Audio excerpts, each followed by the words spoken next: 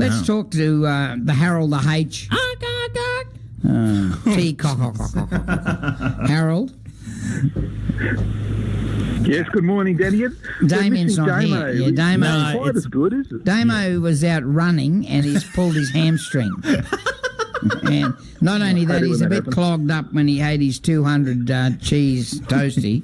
37,000 cheese toasties were made at the Ekka, and Damien ate 500 of them. He's still clogged up. He needs some... What did your mother used to give you when she wanted you to... I can't remember now. Was it olive oil? I don't know. Oh, I wish Mum was around. Jeez, I miss my mother. Do you miss your mother there, Harold? Absolutely do, although I don't miss the cod oil she used to give me. But I do miss Mum. Yeah, isn't it amazing? You know, I was thinking of it this morning driving up. All your life skills, your parents gave them to you.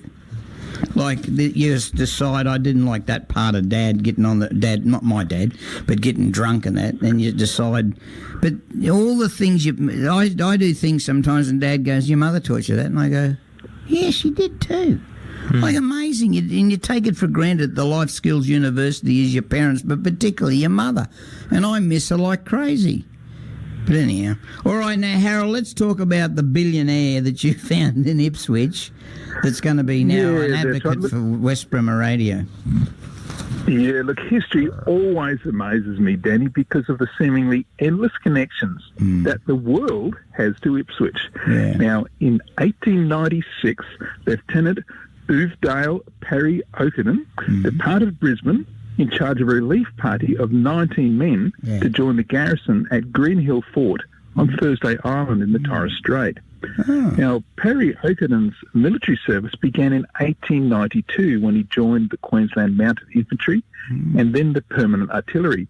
He served for 2 years at the fort on Thursday Island, where he was second in command, before joining the reserves in 1899. Now, as you know, I've just come back from the Torres Strait researching the Thursday Island fort. Yeah. Can I ask you a question there? Can I ask you a question, sensible question? I'm sorry interrupting. Are the Torres Straits straight? Well, it depends which way you look. It's so worth it. Continue, please. Thank you, sorry. Yeah, look, the fort at Thursday Island was built in the early 1890s to defend against invasion by the Russians. And although it never fired a shot in anger, unless you count a shot over the bows of a ship in 1914, the fort is steeped in history, including a connection to us here in Ipswich, and that's through Uvedale Parry-Okeden. Now, his father was William Parry-Okeden, who was the Queensland Under-Colonial Secretary and then the Commissioner of the Queensland Police.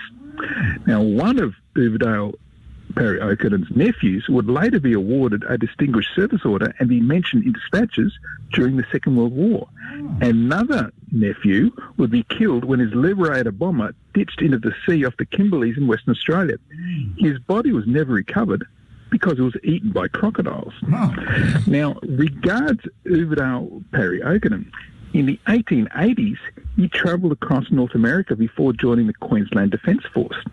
It was after transferring to the reserves that he began spending a lot of time here in Ipswich.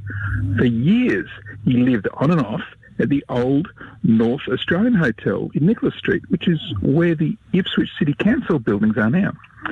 Now, although Uvedale came from the illustrious Parry-Okeden family that was descended from British peerage, in 1905 in Ipswich, he got into a fair bit of trouble. 4 serious incidents came in rapid succession, all of them the result of bouts of drinking, during which he did things that he would deny the next day.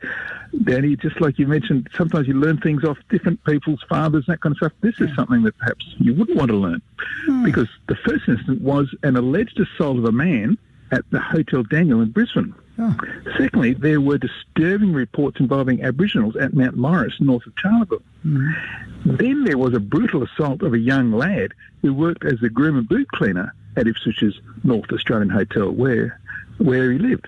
And just a week later, After the North Australian hotel incident, he stood trial on a charge of stealing £10 from the Sovereign Hotel on Elizabeth Street in Brisbane. Now, it was a sad day because it was the son of the former police commissioner, and he was convicted and sentenced to 3 years imprisonment.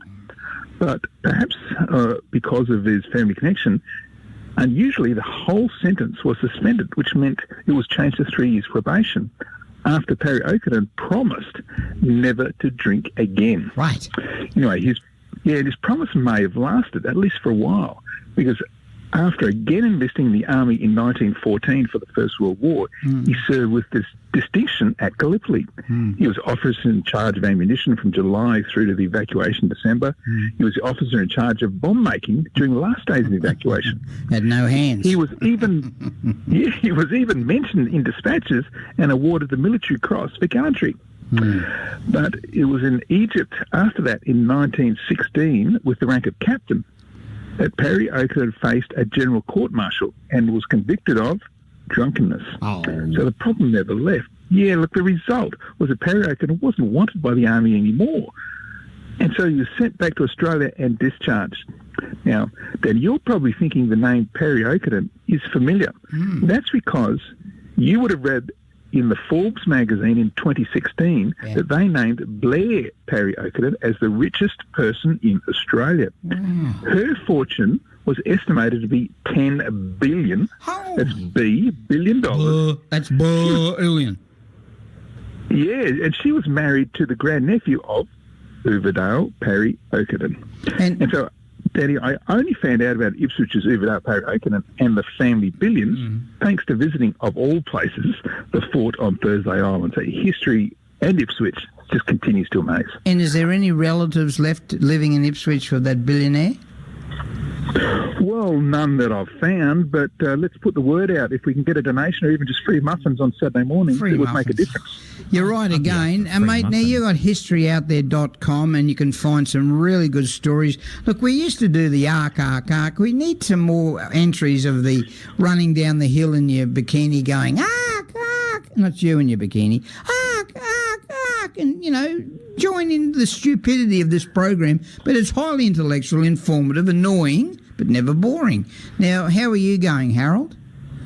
I'm going fantastic. In fact, I'll be researching from now to next week flat out. There's galvanised Ipswich Festival. There's a river fire starting up in Brisbane. So much happening, but I'll be in a library near you just searching for the next story for you for next Saturday. And that's why he's the fittest. I'm going nowhere but the library. He's the fittest man in town. His eyes could run a 1,400-metre race. All right, mate, have a wonderful day and thanks for your time. Always interesting and informative. Find that billionaire. We've got a deal for that billionaire.